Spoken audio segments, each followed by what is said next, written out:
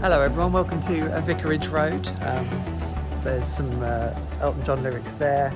Here is the stand. That's where Emi Buendia scored in the first half away from home for Norwich City for his first Premier League goal. Some moment.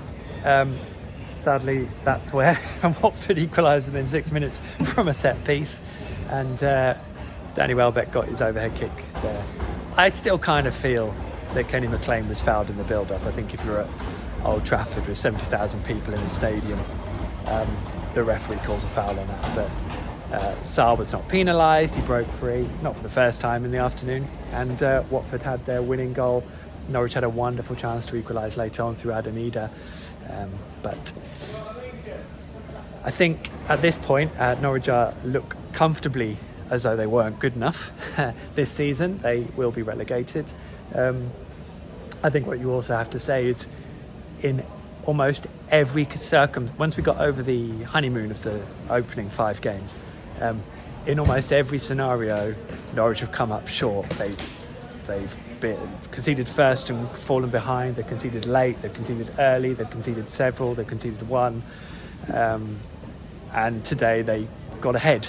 They got a goal. They got in a good position, and they still didn't have enough quality to get something from the game. So I think we're pretty much done there. Norwich, of course, got 4 games left, I think it is. West Ham at home on Saturday, Chelsea away, Burnley at home, and then the final weekend up at Manchester City. And then I would guess the Championship season will probably start around the middle of September. So it's going to be quite a quick turnaround. We can already sense there are quite a few bits and pieces being done by Norwich transfer-wise. I think they're looking at doing that business quite early. You can tell they're looking at players from slightly different markets to where they have before. They're looking for young players, and it'll be interesting. I think some of those players will be in the development squad initially, but I don't know, hopefully they won't be too far off when it gets to the right moment, and then other players will be in that first team squad when they come back for pre-season, and then it'll be a question of seeing how ready they are to step up, be involved or not. What I would say though today, I mean, we don't know which players are going to be sold, how much for, and if the transfer window is open until October, that's going to make it quite an unsettling period, I think. So it's going to be quite a difficult situation. But I thought what we saw today, which personally was encouraging. Mario Vrančić started the game. I thought he was as good as any Norwich player on the pitch. I thought Anel Hernandez offered a really good outlet. And I thought Marco Stiepermann, although he kind of disappeared in the second half and was understandably rusty, I thought he actually linked the play quite well. And a lot of that made Norwich look a little bit like what they used to look like in the Championship. They created the similar kind of moves we've seen. And for the first time in a long time, Teemu Pukki was starting to be played in behind. Now, he still looks fairly shot of confidence and motivation. I mean, looking at him now, he feels like a player who definitely needs a crowd.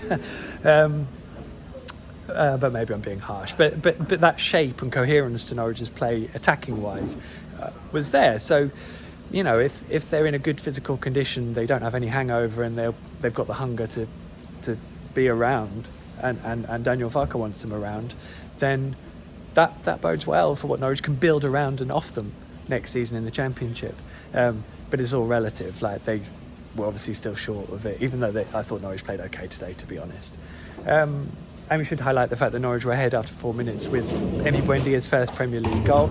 Daniel Farke just finished his press conference and said some really nice positive things about Emi and how he's worked hard, especially since the restart. And I mean, he's looked a little bit short with the fire, which again, possibly from a player who does feed off that. You wonder if he is one of those who feeds more off the crowd than some others.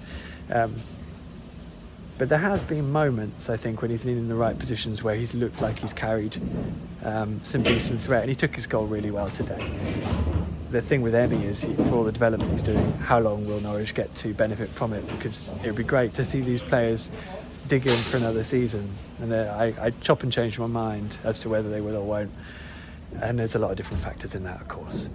So we'll see how it plays out. But at least he's got his goal, and I think he's deserved that, and Daniel thought he deserved it as well. And there were some nice words from Nigel Pearson about Daniel Farke and how well he carries himself, and he's obviously quite a fan, which is nice to hear.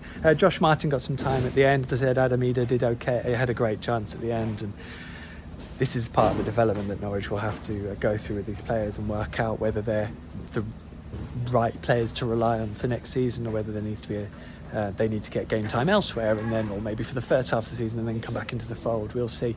Lots of interesting squad management discussions for Stuart Webber to have over the coming weeks ahead, which means it's not going to be a quiet period of the season, even though effectively Norwich haven't got much to play for, and you can see some of the guys are now leaving to get on the coach.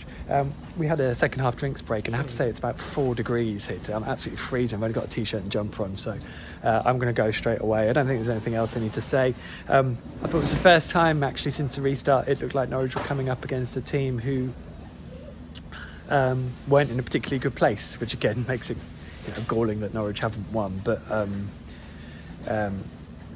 Brighton, Arsenal, Southampton, Everton are all teams that have looked like they're in a good place and played like it, and I thought there were periods where Norwich had control of the game and there were a lot of spaces, and Norwich looked like they could take advantage, but they couldn't seal the deal, which, as I said, is kind of the issue it's been all season. Even against a Watford side who were in not a great place, they had the quality to take all 3 points, and that's done for Norwich. Let's be honest here, Norwich are heading for their worst ever season in the top flight in terms of record. That's quite sobering. And I guess that's really going to factor into how Norwich progress from here. There were some positives to take, but there has to be a real return and refresh of the mindset going into next season. How they do that in quite a short turnaround will be very important to how the club progresses.